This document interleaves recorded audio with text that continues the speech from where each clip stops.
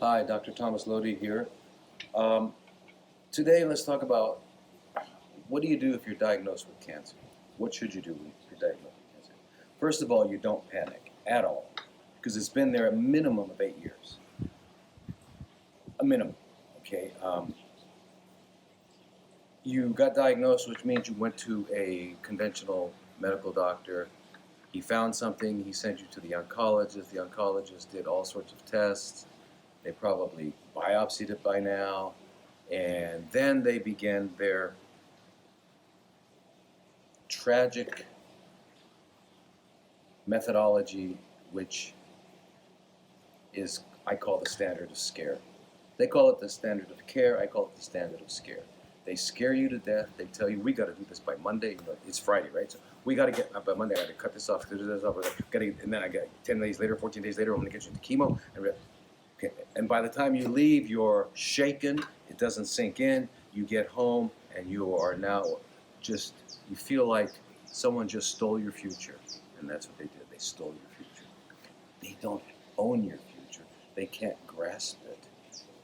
It's not in their power to do that. So don't let them do that. Okay? So you have to understand something, that unless you have a tumor somewhere that's blocking a vital function, causing you extraordinary discomfort, like pain or something like that, there's no rush. There's no rush. Okay? Because cancer grows by doubling times. And whatever the doubling time, it's usually 2 months, 3 months, it will double. Why didn't I see it before? And then, well, because it was so small, and then it finally doubled, and there it is. So it's not that it's growing faster, and it's not that it's aggressive. Okay, so there's so much myth around it, and there's so many literally scare tactics anyway. So what you do is you got to say, okay, so now you're going to do your due diligence. If you're going to buy a brand new car, you're going to buy a house, you're going to do your due diligence, right? You're going to go to different realtors, you're going to talk to friends, you're going to get references, you're going to read up on it. If it's the car, you'll look at consumer reports. You're going to do your due diligence, and you're not going to say yes to the first guy that walks in the door, right? So it's the same thing, only this is a little bit more important of a decision than buying a house or purchasing a car. So anyway, so you undoubtedly you know someone or a family member who's had cancer and went through it, so you may have had some experience, or you can talk to them. So if none of your friends seem to know or have been had that happen to them yet, then you and your spouse, or you and your parents or your children, start doing your research. Now, research means what? You're going to look at all the different options available to you. Okay, and that doesn't mean an option between this major cancer center and that major cancer center, both of which are going to tell you the same thing, maybe with a little different twist to it, but they're going to give you the same first opinion, right? So, again, if you go to 10 of the top leading cancer centers in the U.S. or Europe, anywhere in the world, you're going to get the same basic answer. Now, I don't care if that's Singapore, U.S., England, Australia, doesn't matter. You're going to get the same thing. You're going to get the same answer. They're going to say surgery, chemo, and radiation, okay? And those are not all the options, okay? We love to say full disclosure, and you sign consent, and you're saying that, yeah, I've been told everything I need to know to go forward with this procedure. Well, that's really not true. You haven't been told everything. They haven't done the research themselves, so they can't answer it. So you can't ask them about it, right? Just like you couldn't ask me about some problem with your computer. I might have some sort of opinion because I fooled around one time and fixed this or that. But I don't have a valid opinion. I don't have a valid opinion about many things.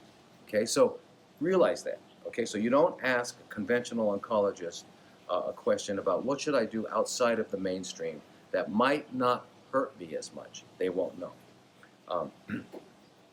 So anyway, so you go online, you start looking around, and you get overwhelmed.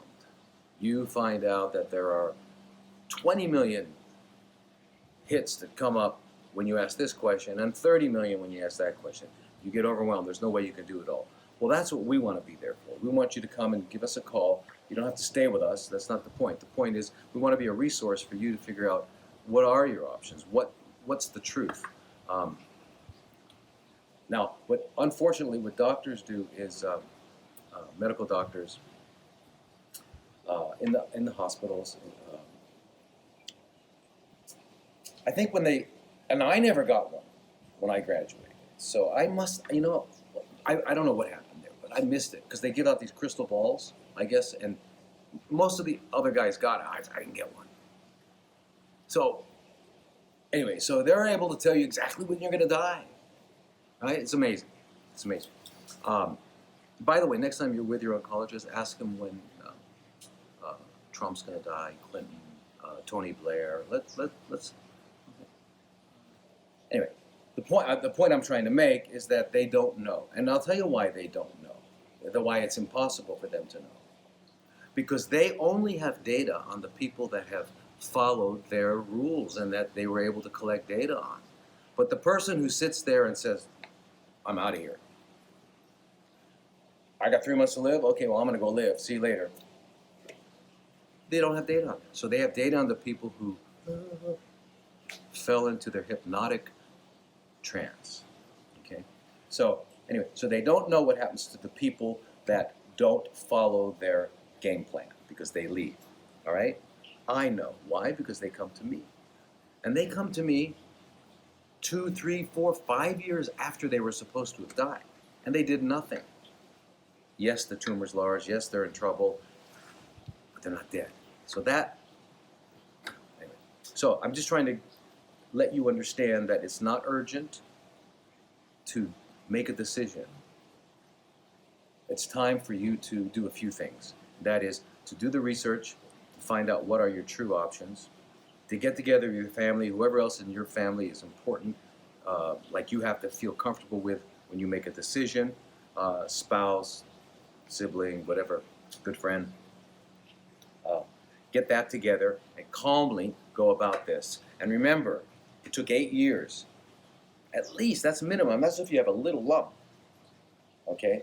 Now, a lot of people, unfortunately, are diagnosed for the first time and it's already advanced. It's stage 4. Okay? You still don't have to worry. You still don't have to worry. You have time. Okay? I'm not saying a lot of time if you're advanced stage 4. You don't have a lot of time, but you do have time to make the right decision.